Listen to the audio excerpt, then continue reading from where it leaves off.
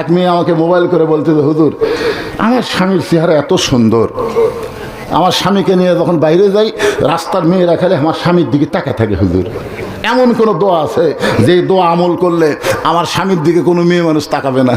আমি বললাম, মা একটা আমল আছে, সেটা হলো তোমার স্বামী চাচা বানাও। যেই কইছি চাচা বানাও, মেয়েটা বুঝবার পারেনি, রাগ করে কে, হুজুর আপনি আলেম হয়ে কথা কেমনে বললেন?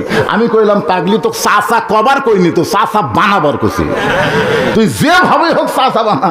ওই হাত পাও ধরে এখন স্বামীর 4 আঙ্গুল দাড়ি হয়েছে। একদিন আমার মোবাইল করে বলতে, হুজুর এখন আমার স্বামীকে নিয়ে রাস্তায় যখন যাই কোনো মেয়েও আমার স্বামীর দিকে তাকায় না, কেউ যদি ভুলে তাকায় সালাম দে বলে চাচা কেমন আছেন। তা আমার সামনে স্বামী যদি চাচা কয় আমার কোনো টেনশন নাই। আমার মায়েদের বলতেছি, মা আপনার স্বামী যদি পুরুষ হয় তাহলে পুরুষের একটা চিহ্ন আছে না নাই? জোরে কথা বলেন, আছে না নাই? মরদ মানুষের চেহারা নাই, দাড়ি মোজ কামিয়ে। আচ্ছা দাড়ি মোজ দুটাই কামালো, ওর ঢবটা কিরকম হলো? বউ একদিন ঘরের মধ্যে টাকা বলতে, আসো তোমাকে একটা ম্যাজিক দেখাবো। স্বামী বলে, কি ম্যাজিক? বলে আসো। ঘরের মধ্যে ড্রেসিং টেবিলের সামনে বলতেছে, বউ দেখো তোমার চেহারা আমার চেহারা একই চেহারা। স্বামী বুঝবার পারেনি, বুঝলেন? বলতে তোমার চেহারা আমার চেহারা একই চেহারা। কিছুক্ষণ পরে বউ বলতেছে, আল্লাহ যদি আমাকে মোজ দিত, আল্লাহ যদি আমাকে দাড়ি দিত। এই পাগলি, মেয়ে মানুষের কোনোদিন দাড়ি মোজ হয়? বউ বলে, এই মরদ, পুরুষ মানুষ কোনোদিন দাড়ি মোজ চাচা হয়? কি কোন মরদের একটা ঢপ নাই, একটা ডোজ দিলেন।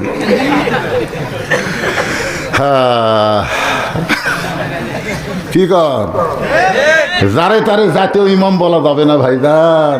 জাতীয় ইমাম হবার গেলে ঠেলা আছে, ধরে কারণ কি আছে। তবে আপনি জাতীয় নেতা বলেন, জাতীয় নেত্রী বলেন, কিন্তু ইমাম বলা যাবে না। ওমর ফারুক বলে, আব্দুল্লাহ রে তোর পাঞ্জাবিটা একটা আমাকে দান করে দে। আব্দুল্লাহ গভীর রাত্রে তার পাঞ্জাবিটা বাবাকে দান করে দিলে, বাবার পাঞ্জাবি তার নিজের পাঞ্জাবি একত্র করে, আব্দুল্লাহর পাঞ্জাবি একত্র করে বাবা লম্বা জুব্বা বানায় খুতবা দেয়। এখন বলো বাবার খুতবা শোনা যায় কিনা যায়? সমস্ত সাহাবীরা চিল্লায় বলে, আত্তাকুল্লাহ হাক্কা তুকাতিহি, আল্লাহর কোরআন দিয়ে যখন দুনিয়া চলবে এমন ভালো মানুষকে মুসলমানেরা নেতা হিসাবে দেখতে পাবে। আল্লাহর আইন চাই সৎ লোকের, কথা কয় না। কোরআন কার আইন? তাহলে এই আইনের সাথে সাথে সৎ লোকের দরকার আছে না নাই? যেই লোকটা মুসল্লি হওয়ার পারে, আবার প্রয়োজনে ইমামতিও করবার পারে, কেউ বাধা দিবি না, কেউ বাধা দিবি না। আমার নিজের এলাকার কথা বলতেছি, মুয়াজ্জির আজান দেওয়ার পরে আওয়ামী লীগ, বিএনপি, জাতীয় পার্টি যত দল আছে যারা নামাজ পড়ে তারা মসজিদের মধ্যে ঢুকে কাতার সোজা করতেছে। কি সোজা করতেছে? কাতার সোজা করতেছে। আওয়ামী লীগ 4 আঙ্গুল সামনে গেছে, বিএনপি হাত ধরে টান মারতেছে, কে রে ভাই তোর চোখ নাই, নিচের দিকে তাকা। আওয়ামী লীগ বলতেছে, ভাই খেয়াল করিনি ভাই রে। জাতীয় পার্টি, তারপরে আওয়ামী লীগ, বিএনপি 3 জন মিলে কাতার সোজা করছে, কিন্তু হুজুরের মায়ের অসুখ, হুজুর মাওক লেগেছে হাসপাতালে। এখন এরা 3 জন কাতার সোজা করে বলতেছে, কে রে হুজুর যে না ইমামতি করবি কে রে? তখন তাকে দেখে জামাত ইসলাম বারান্দাত খারাপ হয়ে আছে। তখন আওয়ামী লীগ বলতেছে, কে রে বারে কেন, ভিতরে আই। ভিতরে যাওয়ার পরে বলে, সামনে যা। আওয়ামী লীগ, বিএনপি, জাতীয় পার্টির সামনে যাবো না,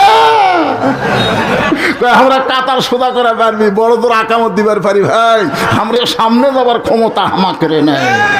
তাই বাংলাদেশে আগামীতে ইমামতি করতে পারবে তাকেই জনগণ সামনে দিবে। ধরে কথা ঠিক না?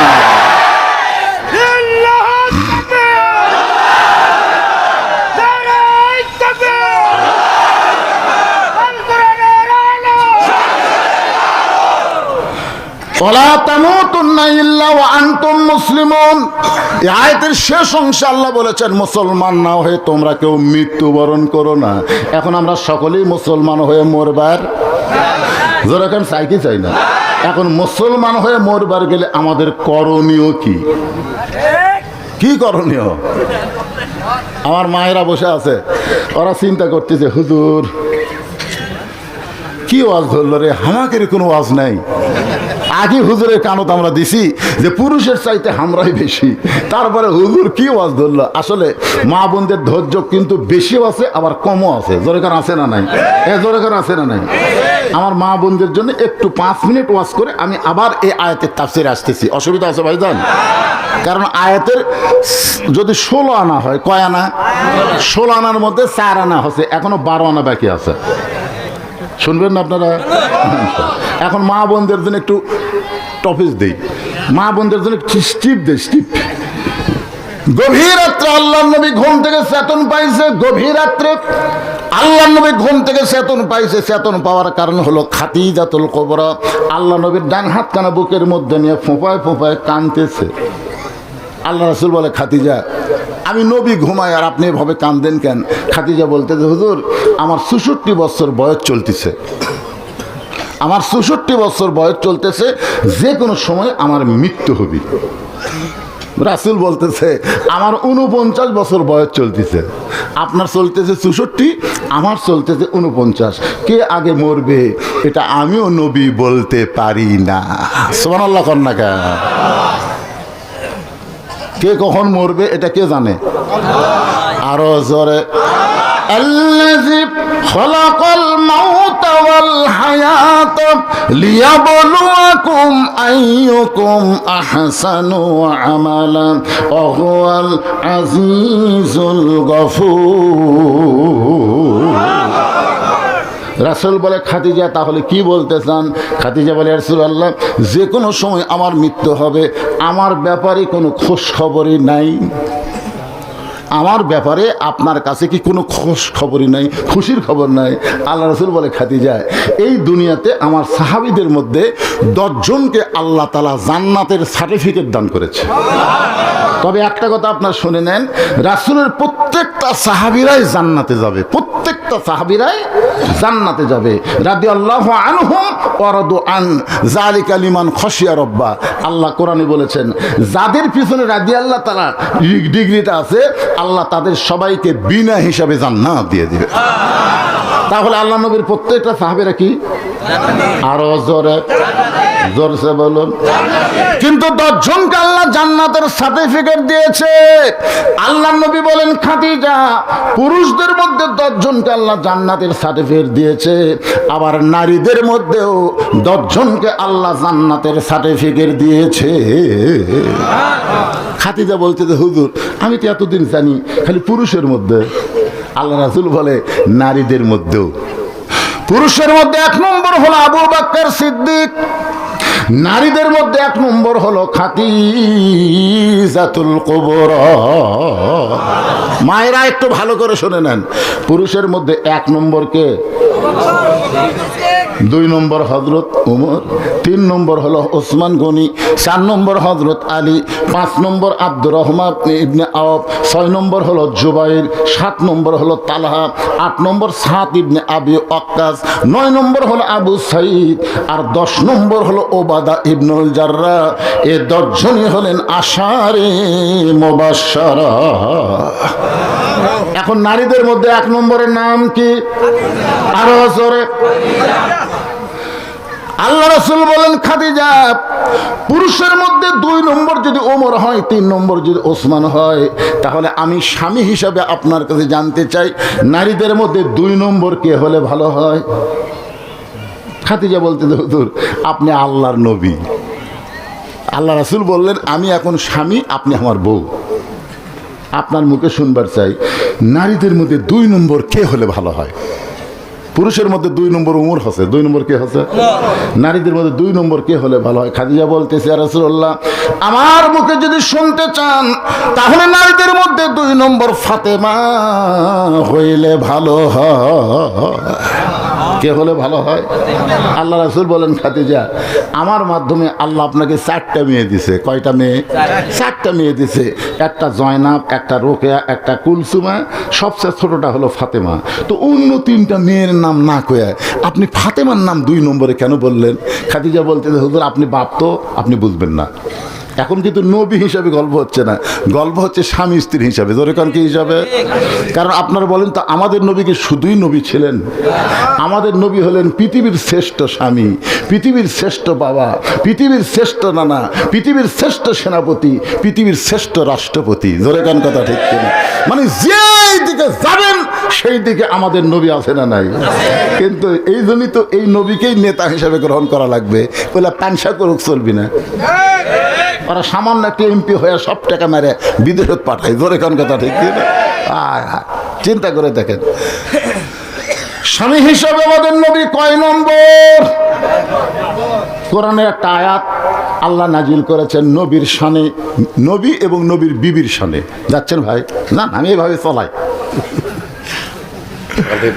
জি অসুবিধা নেই। তাও জোরে করে আপনি শুনলেন, একটু মনোযোগ দেন। আয়াতটা হলো হুন্না, যারা পারেন তারা আমার সঙ্গে পড়েন, হুন্না লিবাসুল লাকুম ওয়া আনতুম লিবাসুল লাহুন্না। আল্লাহু আকবার। নবী ঘরের মধ্যে বসে আছে, শোনেন আয়াতটা নাজিল হওয়ার প্রেক্ষাপট শোনেন। নবী ঘরের মধ্যে বসে আছে, ইতিমধ্যে উম্মাহাতুল মুমিনিন মা আয়েশা নবীর ঘরের মধ্যে ঢুকছে। যেই উম্মাহাতুল মুমিন আয়েশা নবীর ঘরের মধ্যে ঢুকছে, সঙ্গে সঙ্গে নবী দাঁড়ায় গেছে। নবী দাঁড়ায় থাকেনি, নবী আস্তে করে দরজা জানলা বন্ধ করে দিছে। যেই বন্ধ করে দিছে, মা আয়েশা থরথর করে কাঁপতেছে। রাসূল বলে, আয়েশা কাঁপো কেন? বলে, কাঁপার কারণ হলো আপনার জুতার পরশে আল্লাহর আরশ ধন্য হয়ে গেছে। হুজুর, যদি আপনার সাথে কোনো বেয়াদবি হয়, আল্লাহ নবী বলে, আয়েশা একজন নবীর জুতার পরশে আল্লাহর আরশ ধন্য হয়ে গেছে। আয়েশা বলে, হুজুর আপনি তো সেই নবী। রাসূল বললেন, যতক্ষণ দরজা খোলা ছিল ততক্ষণ আমি সেই নবী ছিলাম, কিন্তু যেই দরজা বন্ধ করেছি আমি আর নবী না, আমি হলাম স্বামী আর তুমি আমার বিবি। জোরে কর না সুবহানাল্লাহ। মা আয়েশা দৌড়ে এসে নবীর বুকের মধ্যে মাথা ঢুকায় বলতেছে, আল্লাহ রে, আমার নবী শুধু বিশ্ব নবী নয়, আমার নবী হলেন পৃথিবীর 1 নম্বর স্বামী। কয় নম্বর স্বামী? আল্লাহ রাসূল আস্তে করে আমার দিকে তাকান, আস্তে করে এই ডান হাতটা আয়েশাকে বুকের মধ্যে নিয়ে একটা ঠাসি মারছে। কি মারছে? নিজের বউকে বুকের মধ্যে নিয়ে ঠাসি মারা হলো নবীর সুন্নত। একটা লোক সুবহানাল্লাহ কয় না, মানে জীবনও মারেননি তো সুবহানাল্লাহ কবেন কেমন? আমার দিকে তাকায় দেখেন, নিজের বউকে বুকের মধ্যে নিয়ে ডান হাতে একটা ঠাসি দেওয়া হলো নবীর সুন্নত রে। এলা প্রেমিক প্রেমিকার গল্প হচ্ছে না, স্বামী স্ত্রীর গল্প হচ্ছে। এমন সময় আল্লাহ বলে, জিবরাইল আর দেরি করো না, লৌহে মাহফুজ থেকে কোরআনের আয়াত নিয়ে নবীর কাছে যাও। ফেরেশতা জিবরাইল বলে, আল্লাহ নবীর কাছে তো বহুবার কোরআনের আয়াত নিয়ে গেলাম, কিন্তু এইভাবে তো কোনোদিন বলেন না। আল্লাহ বলে, জিবরাইল আজকে নবীর ঘরের মধ্যে আল্লাহর নবী যে আমল করতেছে, এই আমলে আল্লাহর আরশ পর্যন্ত খুশি হয়ে গেছে। আজকে নবী ঘরের মধ্যে যে আমল করতেছে, এ আমলে আল্লাহর আরশ খুশি হয়ে গেছে। আপনারা বলেন তো, নবী কি ঘরের মধ্যে কোরআন পড়তেছে? নবী কি নামাজ পড়তেছে? নবী ঘরের ভিতরে নিজের বউকে বুকের মধ্যে নিচ্ছে। নিজের বউকে বুকের মধ্যে নিলে আল্লাহর আরশ পর্যন্ত খুশি হয়ে যায়। জোরে কান সুবহানাল্লাহ। আমার মায়ের একটু মনোযোগ দিয়ে শুনবেন। আল্লাহ নবী বললেন, খাদিজা আল্লাহ আপনাকে 4টা মেয়ে দান করেছে, কোন মেয়ের নাম না বলে আপনি ফাতেমার নাম 2 নম্বরে কেন বলতেছেন? খাদিজা বলে, হুজুর আপনি হলেন বাবা, আমি হলাম মা। কারণ বাবা আনন্দে মাতিয়া সাগরে ভাসাইয়া সেই যে চইলা যায় খবর লয় না, মাজন ধরিয়া উদরে কত কষ্ট করে, 10 মাস পরে পায় প্রসবের বেদনা, এমন দরদি ভাবে কেউ হবে না আমার মা। মা গো, আপনারা বলেন তো, সন্তান যে ভালো মন্দ হয় এটা বাপের কারণে না মায়ের কারণে? এই যে সামনে বসতে গেল, লাফদা লাফদা উঠতেছে, আবার আসতেছে, বসতেছে, এটা এরকম কেন হচ্ছে? আর ওই যে একটা বাচ্চা দেখেন চুপ করে বসে আছে, ওই কিন্তু উঠতেছে না, ওই বসে আছে। এই জন্য একটা খ্রিস্টান নেপোলিয়ন বলেছে, তোমরা যদি ভালো একটা সন্তান চাও তাহলে ভালো একটা মায়ের দরকার। ধরে কেমন কিসের দরকার? আজকে অধিকাংশ সন্তান খারাপ হওয়ার পিছনে হলো মায়ের ধৈর্য কম। আমাদের গ্রামগঞ্জের প্রত্যেকটা মায়েরা এখন সিজার ছাড়া নরমালে বাচ্চা নেয় না। আমাদের কথা বলতেছে, আপনাকে এলাকার খবর আপনারাই ভালো জানেন। মানে সিজার ছাড়া আর বাচ্চা লিবার চাচ্ছে না। আপনার বলেন তো, সিজার করলে মায়েরও ক্ষতি হয়, বাচ্চারও ক্ষতি হয়, এটা আপনারা জানেন না।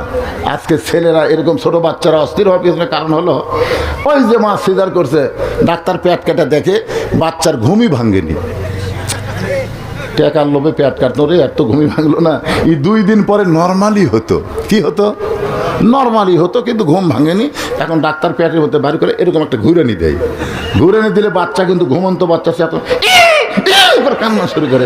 ওই যে মাথার ঝাঁকি খাচ্ছে, দুনিয়াতে আসার পরে এই মোবাইল ছাড়া ভাত খায় না, মোবাইল ছাড়ার কান্না থামে না। জোরে কথা কর না কেন ভাইজান? এই অধিকাংশ বাচ্চারা আজকে দুষ্ট হওয়ার পিছনে এই মোবাইল আর অধৈর্য মা। একটু মনোযোগ দিয়ে শুনবেন। খাদিজা বলতেছে, রাসূলুল্লাহ আপনি হলেন বাবা, আমি হলাম মা। আমার বড় মেয়ে জয়নাব যখন আমার পেটের মধ্যে ছিল, তখন আমি বুঝবার পেরেছি আমার পেটে সন্তান আছে। জয়নাব যখন প্রসব হলো, আমি তখন প্রসব ব্যথা পেয়েছি। রোকেয়া যখন প্রসব হলো, প্রসব ব্যথা পেয়েছি। আমার কুলসুমা যখন পেটের মধ্যে ছিল, আমি ভার বুঝেছি। কুলসুমা যখন দুনিয়াতে আসলো, আমি প্রসব ব্যথা পাইছি। ওই আল্লাহর শপথ করে বলতেছি, ফাতেমা যখন আমার পেটের মধ্যে ছিল, আমার পেটের ওজন বুঝতে পারি নাই। ফাতেমা যখন জন্মগ্রহণ করেছে, ওই আল্লাহর শপথ করে বলতেছি, আমার কোনো প্রসব ব্যথা হয় নাই। ওগো আল্লাহর নবী, আমার ফাতেমা যখন দুনিয়াতে আসলো, আমি মা হইয়া তার দিকে লক্ষ্য করে দেখি তার ইজ্জতটা সেই 2টা হাত দিয়া ঢেকে দুনিয়াতে আসলো। ওই আল্লাহর শপথ করে বলতেছি, আমি খাদিজা আমার ফাতেমার ইজ্জত কোনোদিন মা হইয়াও দেখতে পারিনি। এই জন্য আমার মনে বলতেছে, আমাকে যখন আল্লাহ 1 নম্বর দিছে, তাহলে উমর ফারুকের মতো, উমর হলো পুরুষের মধ্যে, নারীদের মধ্যে আল্লাহ যেন ফাতেমাকে 2 নম্বর জান্নাতি ঘোষণা করে। সঙ্গে সঙ্গে আল্লাহ নবী খাদিজার কপালে একটা চুমা দিয়ে বললেন, খাদিজা আপনার পেটের মেয়ে ফাতেমা তো জান্নাতি নয়, আপনার পেটের মেয়ে ফাতেমা তো জান্নাতি নয়। খাদিজা বলে, রাসূলুল্লাহ ফাতেমা যদি জান্নাতি না হয়, তাহলে ফাতেমার খবর কি? রাসূল বললেন, ফাতেমা হলো জান্নাতি নারীদের নেত্রী। যেই কইছে জান্নাতি নারীদের নেত্রী, খাদিজা বলতে যে হুজুর কেউ তো আর শোনেনি, আমি আর আপনি, তাহলে পাল্টে দেন, পাল্টে দেন। আমি হব জান্নাতি নারীদের নেত্রী, আর ফাতেমা হবে 1 নম্বর জান্নাতি। আল্লাহ রাসূল বললেন, অসুবিধা কি? মার মেয়ে তো, মার মেয়ে। খাদিজা বলে, হুজুর আপনি বুঝবেন না, মেয়ে মানুষেরা কোনোদিন নিচে থাকতে চায়। আমাদের বাংলাদেশে 2টা মেয়ের ক্যাসাল কিন্তু আমরা বহুদিন দেখছি। জোরে কথা দেখি না ভাই, একজন ক্ষমতাত গেলি আর একজন টাইমে নামাবি, হাই রে ঝগড়া ভাই। আগামীতে এই মেয়ে মানুষের ঝগড়া যেন বাংলার মরদদেরকে আর দেখতে না হয়। দেখবেন নাকি? আবার দেখবেন? আল্লাহ কোরআনে বলেছেন, আর রিজালু কাওয়ামুনা আলান নিসা, পুরুষেরা থাকবে নারীদের উপরে না তলে? কথা বল না কেন? এটা কি আমার কথা না আল্লাহর কথা? আল্লাহ কোরআনে বলেছেন, আর রিজালু কাওয়ামুনা আলান নিসা, পুরুষেরা থাকবে নারীদের উপরে। আমরা দীর্ঘদিন নারীকে উপরে রেখে আমরা নিচে ছিলাম। বাংলাদেশ থেকে যখন বাহির দেশে গেছি, আমার দামই দেওয়া হয়নি। হুজুর মেয়ে মানুষ আপনাকে উপরে আসতে, আপনার সেই দেশের মরদ। কিন্তু আল্লাহ একটা চান্স দিচ্ছে, আগামীতে আর কোনো নারী নেতৃত্ব বাংলায় চলবে না, এখন থেকে মরদের নেতৃত্ব হবে। ধরে কোন কথা ঠিক? চান আল্লাহকে 2 হাত তুলে দেখান, লিল্লাহি তাকবীর। আর কোরআনের আলো, কোরআন হাদিস যেখানে, দুনিয়ার মুসলমান লিল্লাহি তাকবীর। আল্লাহ রাসূল বলেন, খাদিজা আপনি বলতেছেন পাল্টা দেন, কিন্তু আমি পাল্টা কেমনে দিব? দেওয়ার মালিক হচ্ছে আল্লাহ। দেওয়ার মালিক কে? আমি হলাম ঘোষণার মালিক। দেওয়ার মালিক হচ্ছে আল্লাহ, আমি শুধু একটু ঘোষণা করছি। খাদিজা খপ করে নবীর হাত ধরছে। এই আমার দিকে তাকান, মেয়ে মানুষের জন্য ওয়াজ হচ্ছে 5-10টা মিনিট, অসুবিধা আছে? খাদিজা খপ করে নবীর হাত ধরে বলতেছি, ইয়া রাসূলুল্লাহ, কোন আমলের কারণে আমাকে বাদ দিয়া আল্লাহ ফাতেমাকে খাতুনে জান্নাত ডিগ্রি দিল, না বলা পর্যন্ত আমি আপনার হাত ছাড়বো না। সর্বপ্রথম আমি ঈমান গ্রহণ করছি, সর্বপ্রথম আমার যত সম্পদ আছে আমি সব আল্লাহ দিছি। তা আল্লাহ আমাকে বাদ দিয়ে আমার পেটের মেয়ে ফাতেমাকে জান্নাতীদের নেত্রী বানালো, এটা কোন আমলের কারণে? যতক্ষণ না বলবেন আমি আপনার হাত ছাড়বো না। কোন আমলের কারণে আল্লাহ খাদিজারে বাদ দিয়ে ফাতেমাকে খাতুনে জান্নাত বানালো? এটা মরদ মানুষের জন্য না হলো মেয়ে মানুষের জন্য শোনা দরকার আছে না নাই? মায়েরা একটু ধৈর্য নিয়ে থাকেন, আমি আবার আসতেছি। এবার চলে আসি আয়াতের তাফসিরে। মনে আছে না, ভুলে গেছেন? আত্তাকুল্লাহ হাক্কা তুকাতিহি ওয়া লা তামুতুন্না ইল্লা ওয়া আনতুম মুসলিমুন। কি হয়ে মরবা? কথা কয় না, মুসলমান না হয়ে মরো না, এ কথা কার? এখন এই আয়াতের এই শেষের কথা ব্যাখ্যা করতে গিয়ে আপনাদেরকে নিয়ে যাব হযরত মুসা আলাইহিস সালামের কাছে। এই কোরআন শরীফ যদি আপনারা পড়েন, যেই নবীকে সবচেয়ে বেশিবার আল্লাহ আলোচনা করেছে তার নাম কি? মুসা। খালি মুসা বলে হবি একেবারে, মুসা কালিমুল্লাহ। অনেক নবী আলাইহিস সালাম আছে, কিন্তু কোন নবী কালিমুল্লাহ নাই। জোরে কোন কথা ঠিক কিনা? আদম আলাইহিস সালাম, কিন্তু মুসা আলাইহিস সালাম, মুসাকে বলতে হবে মুসা কালিমুল্লাহ। মাঝে মধ্যে মুসা তুর পর্বতে যাইতেন আল্লাহর সঙ্গে গল্প করার জন্য। মাঝে মধ্যে মুসা নবী যাইতেন কোথায়? তুর পর্বতে। কার সাথে কথা বলার জন্য? একদিন মুসা নবী তুর পর্বতে দাঁড়িয়ে আছেন, খুব মনোযোগ দিয়ে শুনবেন। ওয়ালা তামুতুন্না ইল্লা ওয়া আনতুম মুসলিমুন। আমার কাছে কিন্তু ঘড়ি আছে, ঘড়ি ধরে আমি ওয়াজ করি। আপনারা মনে করেন না যে যেই তারিখে বিজ্ঞাপন ছাপাছে ওই তারিখ বাদ দেয় অন্য তারিখে আমি যাবো, এই বক্তা আমি না। আমার কথা কি বুঝলেন? কয় তারিখের মাহফিল? আজকে 8 তারিখ। 12টার পরে কয় তারিখ? তাহলে 8 তারিখের দাওয়াত দিয়েছেন 1 বছর আগে, আমি 9 তারিখে যাব না ভাইজান। খুবই গুরুত্বপূর্ণ কথা আসতেছে, মনোযোগ দিয়ে শোনেন। রাজি আছেন তো ইনশাআল্লাহ? হ্যাঁ। এখন মুসা নবী তুর পর্বতে দাঁড়িয়ে আছে। আল্লাহ বলতেছে, মুসা তোমার খবর কি? মুসা তোমার খবর কি? মুসা বলতেছে আলহামদুলিল্লাহ। মুসা নবী চিন্তা করতেছে, আল্লাহ যখন আমার খবর জানবার ছিল, তাহলে আল্লাহর খবর তো জানা দরকার। যেরকম আমি বললাম আপনারা কেমন আছেন, আপনাদের মধ্যে কে যেন একজন বলল, হুজুর আপনি কেমন আছেন? এটাই কিন্তু সহাধ্য। যেরকম ঠিক কিনা? মুসা বলতেছে আল্লাহ আপনার খবর কি? মুসার খবর হলো আলহামদুলিল্লাহ। এখন মুসা বলতেছে আল্লাহ আপনার খবর কি, মানে আপনি কেমন আছেন? এখন বলেন তো আল্লাহ কেমন আছে এইটা আল্লাহ মুসাকে কিভাবে কয়? আপনাদের এই গ্রামের নাম কি?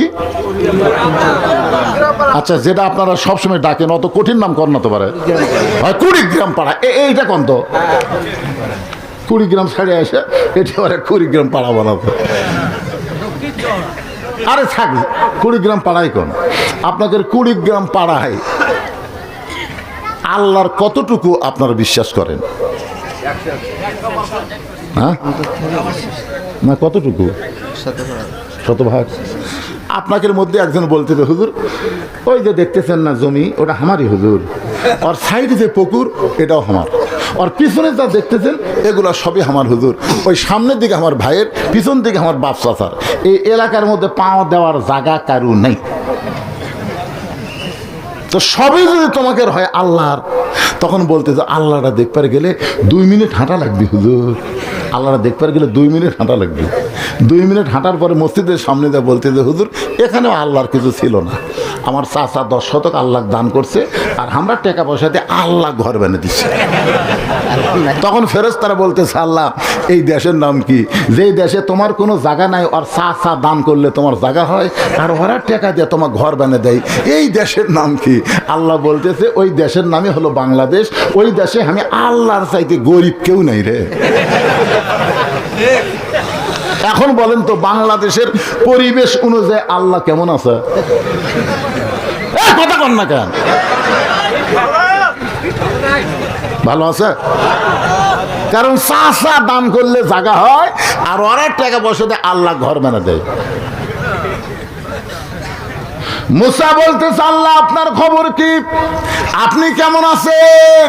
এমন সময় আল্লাহ বললেন, ইযহাব ইলা ফিরআউন ইন্নাহু তাগা। আল্লাহ বলতেছে, মুসা আমি আল্লাহ কেমন আছি যদি জানবার চাও তাহলে ফেরাউনের কাছে যাও। আল্লাহ কেমন আছে যদি জানবার চাও কার কাছে যাও? ফেরাউনের কাছে যাও। চিন্তা করছেন? এখন বাংলাদেশের মুসলমানকে আল্লাহ কেমন আছে জানবার চাইলে কোথায় যাওয়া লাগবে? আপনারা যে পলে গেছে অকলে কোনো ওয়াজ আছে? আপনার কোন তো এই যে দীর্ঘ সময় আমি কথা বলতেছি একটা বার ওর নাম লিছি না, কোরআনের বগল যাইতে হবে না। না ভাই পলেই গেছে, এই পলানো মানুষকে নিয়ে বক্তারা এত কথা কয় কারা? ওই যদি শর্ট করে ঢোকে তখন একটা কথা আছে, কিন্তু পলেই আছে। এখানে কথাটা খুবই খেয়াল করবেন ভাইজান। মুসলমান না হয়ে আমরা মরবার চাই না, ঠিক কিনা কোন? তো মুসা নবী আস্তে আস্তে আল্লাহ কেমন আছে দেখার জন্য ফেরাউনের কাছে গেছে। যা দেখে ফেরাউন জিকির করতেছে, আনা রব্বুকুমুল আলা, আনা রব্বুকুমুল আলা, আমি হলাম সবচাইতে বড় আল্লাহ। মুসা চিন্তা করতে থেকে এখনই তুর পর্বতে তার সাথে কথা বলে আসলাম, সেটা কে আর ই কে? তো এটাই যদি বড় আল্লাহ হয় ওটা কে? আর যার সাথে কথা বললাম ওটাই যদি আল্লাহ হয় তাহলে ই কে? আপনার বলেন তো, আল্লাহর সঙ্গে যার সম্পর্ক আছে তার হেদায়েত বুঝতে কোনো দেরি হবে? কোনো দেরি হবে না। মুসা নবীর সম্পর্ক কার সাথে? আর আমাদের সম্পর্ক রাখতে হবে কার সাথে? এই কোরআন কার কথা? এই কোরআনে আল্লাহ বললেন, তাবারাকাল্লাযী বিয়াদিহিল মুলকু ওয়া হুয়া আলা কুল্লি শাইইন কাদির। এখন 5 তলার উপরে 1.5 লাখ টাকার খাট, 12,000 টাকার কম্বল ওরে তামানি চাদর দিয়ে 9টার সময় বলতেছে, আমার বাড়ি আমার ঘর আমার নামাইকে। ঘুমের দোয়া না পড়ে এই কথা বলে আমি ঘুমাই গেছে। আপনার বলেন তো ঘুমের আগে একটা দোয়া আছে না নাই? দোয়াটা আপনার পড়েন, আল্লাহুম্মা বিইসমিকা আমুতু ওয়া আহইয়া। কিন্তু লোকটাই ঘুমের দোয়া না পড়ে আমি কি পড়ছে, আমার বাড়ি আমার ঘর আমাক নামাইকে, এই বলে 12,000 টাকার কম্বল ওরে তামানে দিয়ে ঘুমিয়ে গেছে। আর কান্দের 2 ফেরেশতা তার কান্দর থাকেনি, কান্দর থেকে বাইরে বলতেছে, আল্লাহ এর খবর কি? যে কথা কয়ে ঘুমালো এক নামানার কেউ নাই। চিন্তা করে দেখেন, নিজে উঠতে পারে না, 2 জন ধরে টানিয়ে তোলে, 2 জন টেজর টানিয়ে তোলে, আর 2 জন পাটার ঠেলা মারে। দেখেন না আপনার ভাইজান, 2 জন টানে তোলে, 2 জন ঠেলা মারে। কোনো মতো মাইক পাওয়ার পরে বলে খেলা হবে।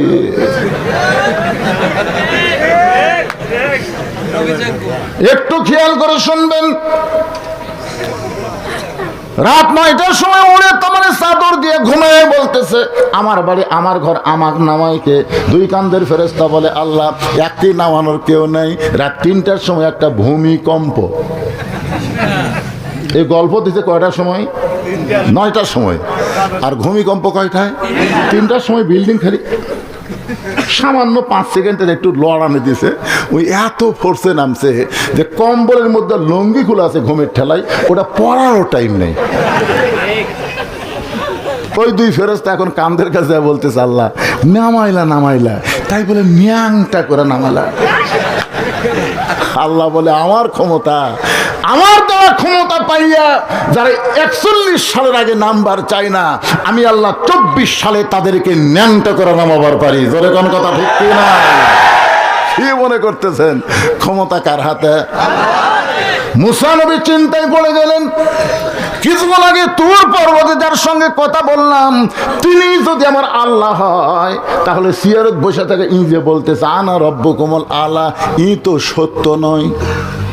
ই সত্যি? মুসা নবী হাত চুলকাচ্ছে। হাত চুলকানোর অর্থই আল্লাহ বুঝবার পারছে যার চড়ের দ্বারা আজরাইলের চোখের মনি উল্টে যায়।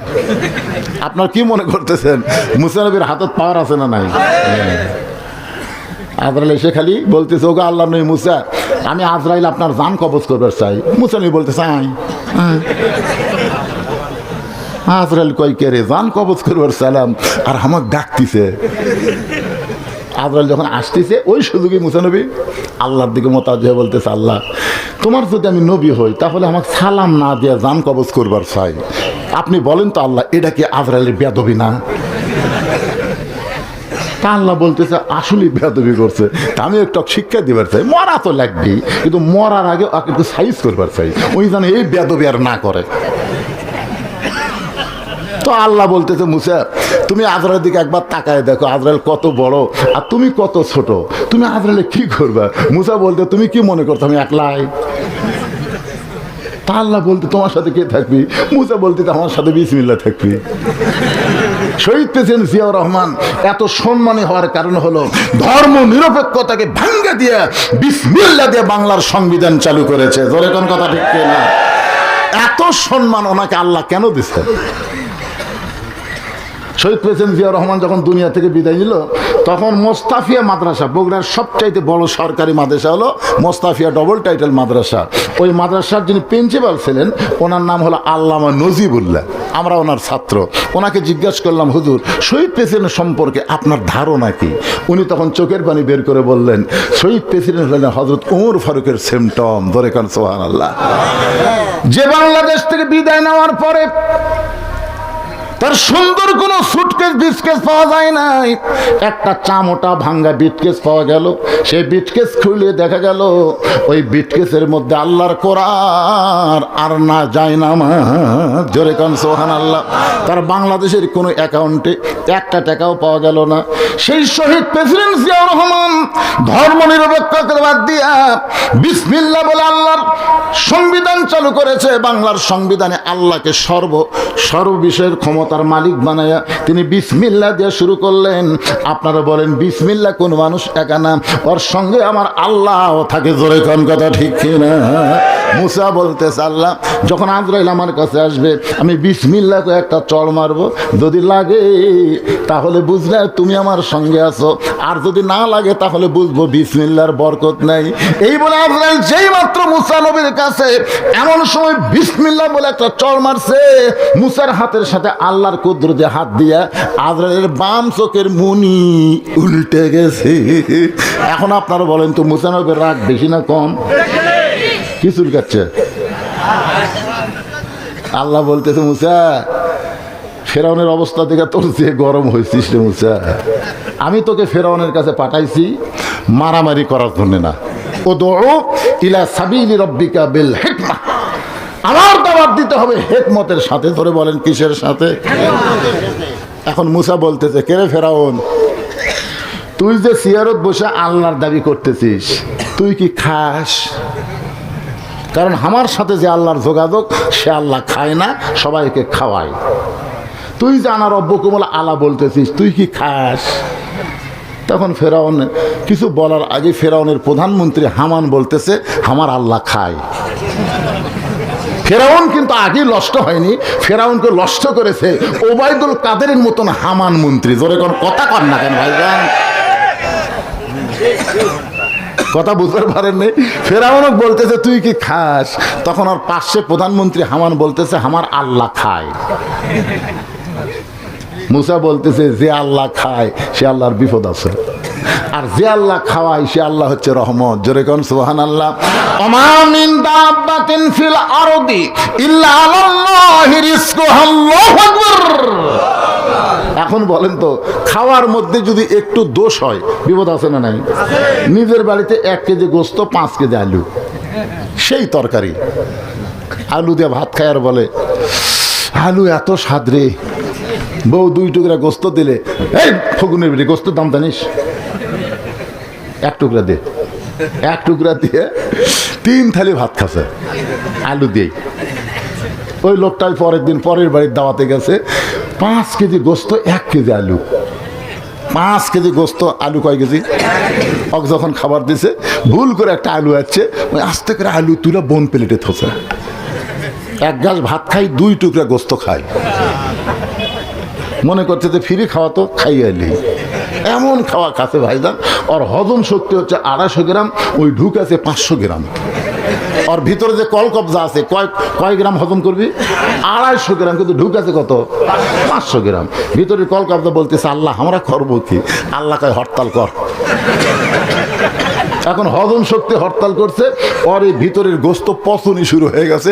কিছুক্ষণ পর করে যখন ধুমা ডেকে ছাড়ে, আশেপাশে সবাই দৌড় মারে, কিন্তু পেটের ভিতর থেকে দুর্গন্ধ আসতে যায়, মানে হজম না হলে যা হয়। ডাক্তারের কাছে গেছে, ডাইমেট দিয়েছে, মডিগার্ড দিয়েছে। তারপরে এক ছেলে বলছে টাইগার খান, পেপসি খান, এগুলো সব খাইয়া ভাই উপর দিকে ঢেকুর যায় না, তলের গিরা খুলে গেছে। গিরা খুলে যাওয়া বোঝেন, যার না হলে ডেসিনটি পাতলা পায়খানা। মুসা বলতে তো ফেরাউন, যে আল্লাহ খায় সে আল্লাহর বিপদ আছে, যদি খাওয়ার মধ্যে কম বেশি হয়। ফেরাউন মনে করেন বুঝানোর জন্য হেকমতের সাথে মুসা বলতেছে পায়খানাত গেছে, পায়খানাত গিয়ে ফেরাউনের পাতলা পায়খানা শুরু হয়েছে। খাওয়ার মধ্যে দোষ, পাতলা পায়খানা। ধরে কোন কি পায়খানা? ফেরাউন পায়খানা করে যেই উঠপেট ধরছে, আবার পেট কামড় দিচ্ছে, আবার পেট কামড় দিছে। ফেরাউন আবার বসে ঝটঝট করে পাতলা পায়খানা করছে, আবার কমপ্লিট করে উঠপেট আছে, আবার পেট কামড় দিছে। আবার পায়খানার জন্য বসে গেছে, এক টানা 4 বার উঠপার চাষে, 4 বারই বসাছে। পায়খানা হয়ে শরীর এত দুর্বল হয়ে গেছে, ফেরাউন যে উঠপার চাষে কাঠ হয়ে পড়ছে। জরিকান কি হয়ে পড়ছে? ফেরাউন পায়খানা থেকে চিল্লায় বলে, রে সাঙ্গ পাঙ্গ তোমরা কোথায় রে? আমার টানা এবার করো। এবার ফেরাউনের সাঙ্গ পাঙ্গ দরজা খুলে দেখে আল্লাহ কাঠ হয়ে আছে। জরিকান কি কাঠ? আনার অব্যকমল আল্লাহ কি হচ্ছে? আপনারা বলেন তো, সবাই ফেরাউনের বেতন খায়, সবাই কি ফেরাউনের পক্ষে? এটা কিন্তু 5ই আগস্ট বোঝা গেছে। তোর কথা ঠিক না? যারা হাসিরা করে জিকির করতেছিল, সেই এখন দেখে তো আল্লাহ কাত হয়ে পড়ে আছে। ফেরাউনের এক সৈনিক বলতেছে, খালি ক্ষমতার পাওয়ার দেখেন, ক্ষমতা খালি পাওয়ার দেখেন, একলা একলা বারবার পারেন না। যারাই 15.5 বছর ক্ষমতা দেখাচ্ছে, তারা পুলিশ ছাড়া কোনোদিন একলাই মাঠে আসতে পারেনি। জোরে কথা বলেন না কেন? এতই ক্ষমতা দেখান, একলা একলা বারবার পারেন না, হামাগুড়াও ডাকেন কেন? এমন কথা মুসা যেই মাত্র বলেছে, ফেরাউন বুঝবার পারছে মুসা আসল জায়গায় হাত মারছে। সঙ্গে সঙ্গে ফেরাউন বলতেছে ধর। যেই বলছে ধর, মুসা বলছে আল্লাহ এখন কি করব? আমিও ধরবো। আল্লাহ বলে ধরা ধরি না, দৌড়া। মুসা বলতেছে আল্লাহ এটা একটা কাম হলো, আমি যদি এখন দৌড় দেই দুনিয়ার মানুষ বলবে ফেরাউনের ভয়ে মুসা দৌড় দিচ্ছে। আল্লাহ বলে মুসা এটাই হলো হেকমত, এটাই হেকমত। 15.5 বছর আমাদেরকে বহু দৌড়ে নিছে। জোরে কথা কন না কেন ভাইজান? আমি সিরাজগঞ্জে রোডে আইছি, ইতিমধ্যে আমার বউ তখন রাত 1:30 বাজে আমাকে মোবাইল করে বলতেছে খবর কি? আমি বললাম রোডে আইছি, আর 1 ঘন্টার মধ্যে বাসায় যাচ্ছি। টাঙ্গাইল থেকে চমচম কিনছি 2 কেজি। আর বউ কান্না শুরু করে দিল। কান্দন কেন? বলে কান্দার কারণ হলো আপনি আসেন না। যাবো না কেন? বলে সন্ধ্যার থেকে পুলিশ ঘুরতেছে, আসেন না। চিন্তা করছেন 2 কেজি চমচম কিনছি, বাড়ির যাব, আমার মেয়েরা খাবে, কিন্তু বউ বলতেছে আসেন না, সন্ধ্যার থেকে পুলিশ ঘুরতেছে। আমি এখন চিন্তা করলাম এই মিষ্টি না কার বাড়ির যাই। আমি শ্বশুরকে মোবাইল করলাম, আব্বাজান আসসালামু আলাইকুম, খবর কি? বলে এত রাত্রে মোবাইল করা। আমি বললাম আমার বাড়ির সামনে নাকি পুলিশ ঘুরতেছে, আমি একটু আপনার বাসার যাবার চাই। আমার শ্বশুর বলতেছে খবরদার, এখন তোমার পিছনে পুলিশ লাগছে, তুমি যেন আমার বাসাতে আসো না। আমার যেগুলো বন্ধু বান্ধব ছিল সবাইকে বললাম ভাই তোরকে বাসাতে একটু যাবার চাই। বলে এই মুহূর্তে আমরা দরজা খুলবো না, কারণ তোমার কারণে পুলিশ আমাদের বাসাতে আসুক, এই বিপদ আমরা চাই না। বিশ্বাস করেন আলুর বাগুরের মধ্যে সারা রাত কম্বল বিছায় ঘুম পাড়ছি বহুদিন। আমি এক জায়গায় ঘুম পাড়তেছি, 1.5 হাত পাশে এক বিএমপির ভাই ঘুম পাড়তেছে। আমি কারণ কে রে ভাই কি? হুজুর আমার কাছে 2টা কম্বল বেশি আছে, আপনি লাগবে? ওই নিচে থেকে কম্বল তুলে আমাকে দেয়। কি জামাত ইসলাম আর বিএমপির মহব্বত ভাই! এই শালা 5ই আগস্টের পর যে কি হলো, কেউ কাকু 2 চোখে দেখবার পারতেছে না। ধরে কর কেউ কাউকে দেখবার পারে না, অথচ আমরা বহু বছর একসাথে আন্দোলন করছি। ধরে কথা ঠিক কি না? রে বিএনপির ভাইরা, শহীদদের আদর্শের সৈনিক হও, খালেদা জিয়ার নীতি গ্রহণ করো, তারেক জিয়ার ভাষণকে ফলো করো। তোমাদের সঙ্গে জামাত ইসলাম ইসলামী দলের কোনো দ্বন্দ্ব থাকবে না। আমরা মিলেমিশে আগামী থেকে বাংলাদেশ চালাবার চাই। ওই ফ্যাসিস্ট সরকারকে আর বাংলাদেশে আমরা ঢুকতে দিব না। জোরে কোন কথা ঠিক না? কিন্তু আমরা যদি ঠাঁই ঠাঁই হয়ে যায়, যে কোনো সময় আবার শট করে ওয়ালা তামুতুন্না ইল্লা ওয়া আনতুম মুসলিমুন। আয়াতের শেষ অংশ হলো মুসলমান না হয়ে মৃত্যুবরণ করা যাবে না। আমি সেইটা বোঝানোর জন্য মুসা নবীরে কোন জায়গায় রাখছি মনে আছে আপনাদের? এখন মেয়েরা চিন্তা করতেছে, হুজুর তো এক টান দিয়ে দিল, মনে হয় আবার ভুলে গেছে। আমি ভুলিনি মা। রাসূল বলে, খাদিজা কোন আমলের কারণে আল্লাহ ফাতেমাকে খাতুনে জান্নাত ডিগ্রি দিল, যদি জানবার চান তাহলে আমার দুইটা প্রশ্নের উত্তর দেওয়া লাগবে। খাদিজা কিন্তু নবীর হাত ধরে আছে। ধরে কোন কি ধরে আছে? ও খাদিজা, এক নম্বর প্রশ্ন হলো আপনি কত বছর বয়সে ঈমান গ্রহণ করেছেন? খাদিজা বলতেছে, রাসূলুল্লাহ আমি যখন ঈমান গ্রহণ করেছি তখন আমার বয়স হলো 55 বছর। আল্লাহ রাসূল বলে, খাদিজা ঈমান গ্রহণ করার আগে আপনি কি ছিলেন? খাদিজা বলতেছে, হুজুর ঈমান গ্রহণ করার আগে আমি কাফের ছিলাম। আল্লাহ নবী বলেন, খাদিজা আপনার হায়াতের জীবনের 55 বছর আপনি কুফরি হালে কাটাইছেন। এখন বলেন তো আপনার পেটের মেয়ে ফাতেমা কত বছর কুফরি হালে কাটাইছে? খাদিজা বলতেছে, জান্নাতি জান্নাতি, আমার ফাতেমা জান্নাতি হয়ে জন্ম নিয়েছে। রাসূল বললেন, তাহলে এক নম্বরও তো আপনি গেলেন। আপনি 55 বছর কুফরি হালে কাটাছেন আর আপনার পেটের মেয়ে জান্নাতি হয়ে জন্ম নিয়েছে। রে খাদিজা, আমার 2 নম্বর প্রশ্ন হলো দুনিয়ার কত মানুষ আপনার চেহারা দেখেছে? আপনার মুখের চেহারা কেমন, আপনার দাঁতের চেহারা কেমন, আপনার গায়ের রং কেমন, এটা দুনিয়ার কত পুরুষ মানুষ বলতে পারে? খাদিজা বলে, নবী গো 40 বছর বয়সে যখন আপনার সঙ্গে আমার বিয়ে হলো, ওই সময় মক্কার সবচাইতে ধনবতী রমণী ছিলাম। এই ধনবতী হওয়ার পিছনে কারণ হলো অনেকগুলো ব্যবসা ছিল। এই ব্যবসাগুলো চালাইতে গিয়া হাজার হাজার পুরুষের সঙ্গে আমার লেনদেন হয়েছে। আমি খাদিজার দাঁতের সাইজ কেমন এটা দুনিয়ার বহু পুরুষ বলতে পারে। আমি খাদিজার গায়ের রং কেমন, নাকের সাইজ কেমন, এটা দুনিয়ার বহু পুরুষ বলতে পারে। রাসূল বলে, খাদিজা তাহলে দুনিয়ার বহু পুরুষ আপনার চেহারার খবর জানে। এখন বলেন তো আপনার পেটের মেয়ে ফাতেমাকে দুনিয়ার কত পুরুষ দেখেছে? ফাতেমার নাকের সাইজ কেমন, ফাতেমার গায়ের রং কেমন, ফাতেমার চেহারা কেমন? খাদিজা বলে, ইয়া রাসূলুল্লাহ এমন কথা কেন বলতেছেন? পর্দানিশী পর্দানিশী আমার ফাতেমা পর্দার ভিতরে জন্ম নিয়েছে। রাসূল বলে, খাদিজা আপনি মা হয়ে বলতেছেন ফাতেমা পর্দার মধ্যে জন্ম নিয়েছে, কিন্তু আমি নবী হয়ে বলতে পারি ফাতেমা শুধু পর্দার মধ্যে জন্ম নেয় নাই, ফাতেমা পর্দার মধ্যে বড় হবে।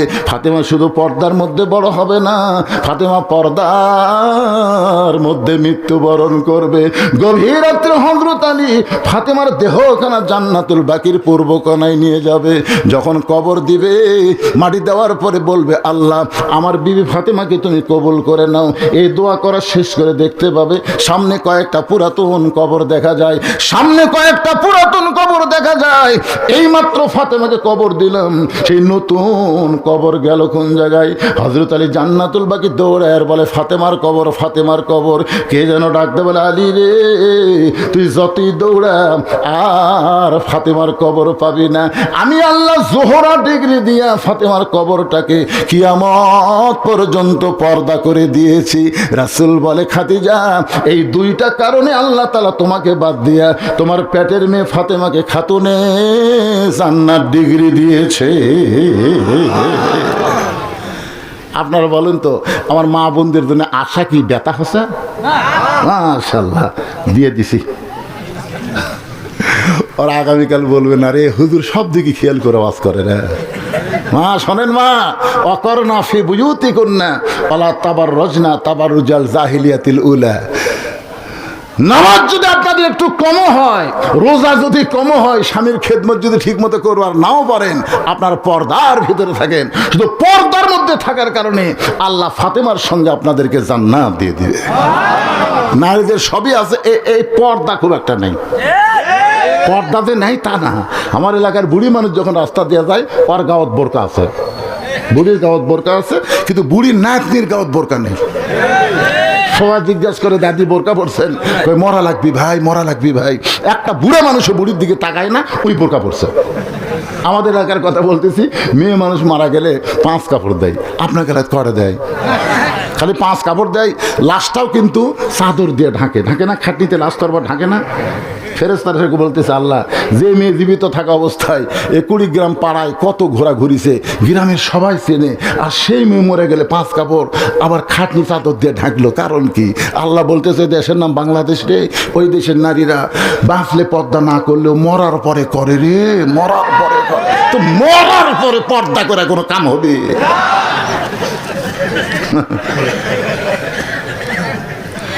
আমার মায়েরা বোনেরা, ওয়ালা তামুতুন্না ইল্লা ওয়া আনতুম মুসলিমুন, মুসলমান না হয়ে মরা যাবে না।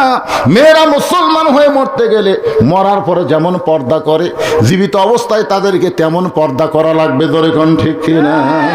এখন আসেন, মুসা বলতেছে আল্লাহ কি করব? আল্লাহকে দৌড় দে। এখন আল্লাহর হুকুমে মুসা নবী দৌড়াই, ফেরাউন সাঙ্গ পাঙ্গ নিয়ে দৌড়াই, দৌড়াইতে দৌড়াইতে ফেরাউন চিল্লায় বলে, মুসা রে আমার ভয় এত দৌড়াস কেন? মুসা বলতেছে আমি কার ভয় দৌড়াই আগেই বলবো না, আমি কোনো ফেরাউনের ভয় দৌড়াই না, আমি দৌড়াই কার হুকুমে? জোরে খান, কার হুকুমে? এক জায়গায় মুসা নবী ব্রেক করছে, ব্রেক। ফেরাউন 3 দিক দিয়ে সৈন্য সামন্ত লাঠি সোটা নিয়ে, মুসা আর দৌড়াবো না। কিরে মুসা, ভালোই তো দৌড় দিলি, আর দৌড়াবি না? এখন 3 দিকে আমরা সৈন্য সামন্ত লাঠি নিয়ে দাঁড়ায় আছি, আর তোর সামনে সাগর, যাবি কোথায়? কয়েকদিন আগে ভারতের এক উগ্রপন্থী মন্ত্রী বলেছে, বাংলাদেশ তোমরা যে হারে কোরআন নিয়ে সংসদে যাওয়ার চাও, খবরদার ইসলামী দলকে তোমরা ভোট দেবে না। ইসলামী দল যদি ভোট পায়, আমরা 3 দিকে ভারত, 1 দিকে সাগর, তোমাকে চিমড়ে মারবো। আমি তখন উত্তরে বলেছি, এই মালওয়ানের বাচ্চা, মালওয়ানের বাচ্চা, তোরা তো মুসা নবীর ঘটনা জানিস না। তোরা যেমন 3 দিকে ভারত, মুসা নবী 3 দিকে ফেরাউনের সৈন্য। তোরে কোন কথা ঠিক কিনা? সামনে কি তোরা আমাকে বঙ্গোপসাগর দেখাস না রে? হে মালওয়ানের বাচ্চা, তোরা জানিস না, তোরা তো কোরআন পড়িস না, তাফসীরও জানিস না। ফেরাউনকে আর দৌড়াবো না। মুসা বলতেছে, আল্লাহ এখন আমি কি করব? আপনি দৌড়াবার করলেন, আমি দৌড়ে দৌড়ে এমন জায়গা যাচ্ছি, সামনে যাবার চাইলে তো জায়গা যায় না। আমার আল্লাহ বলেন, নাসরুম মিনাল্লাহি ওয়া ফাতহুন কারীব ওয়াবাশশিরিল মুমিনিন। আল্লাহ বলে, মুসা তোমার হাতে কি লাঠি নাই? বলে লাঠি আছে। 1 লাঠি দিয়ে কি এত লাঠির সাথে পারা যায়? আল্লাহ বলে, মুসা সাগরের উপর লাঠি মারো। মুসা নবী সাগরে লাঠি মারার সঙ্গে সঙ্গে 12 লাইন রাস্তা হয়ে গেল, 12 লাইন রাস্তা হয়ে গেল। এখন বলেন তো, মুসা নবীর সময় যে আল্লাহ ছিল, বর্তমানে সে আল্লাহ আছে না নাই? এই জোরে করে আছে না নাই? সে আল্লাহকে বিশ্বাস করে, আমাদেরকে নবীর সুন্নাত মোতাবেক চলে, নবীর আদর্শকে গ্রহণ করে, নবীর আদর্শ গ্রহণ করে আল্লাহর কোরআন অনুযায়ী যদি আমরা চলতে পারি কিংবা চলার নিয়ত করি, রাসূল বলেছেন, মান সাল্লাল্লাহু তাআলা আশ-শাহাদাতা বিসিদিকিন বাল্লাগাহুল্লাহু মানাজিহাশ শুহাদাই ওয়া ইম্মাতা আলা ফিরাশিহি, রাওয়াহুল বুখারী কিতাবুল মাগাজি। জোরে খান আল্লাহু আকবার। এই হাদিসটা শোনেন, এটাই হলো আমরা মুসলমান হয়ে মরতে চাই। রাসূল বলেছেন, কোনো ব্যক্তি, আমার দিকে তাকান, কোনো ব্যক্তি আল্লাহর কোরআন অনুযায়ী চলবে, এই নিয়তে আল্লাহর দল করে এবং সবসময় নিয়ত করে প্রয়োজন হলে বাতিলের সঙ্গে লড়াই করে শাহাদাতের পিয়ালা পান করব।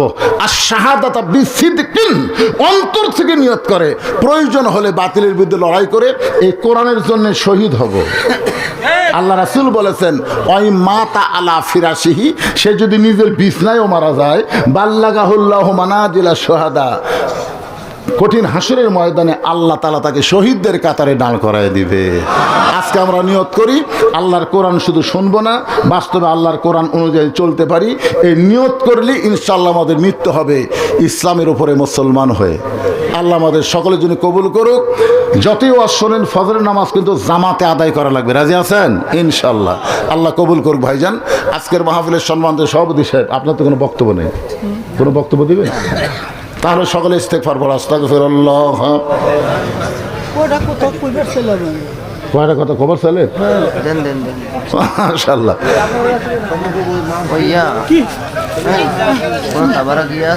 তাবারক আছে, তাবারক আছে, সবার জন্য তাবারকের ব্যবস্থা আছে। একজনও লড়াফড়া করবেন না।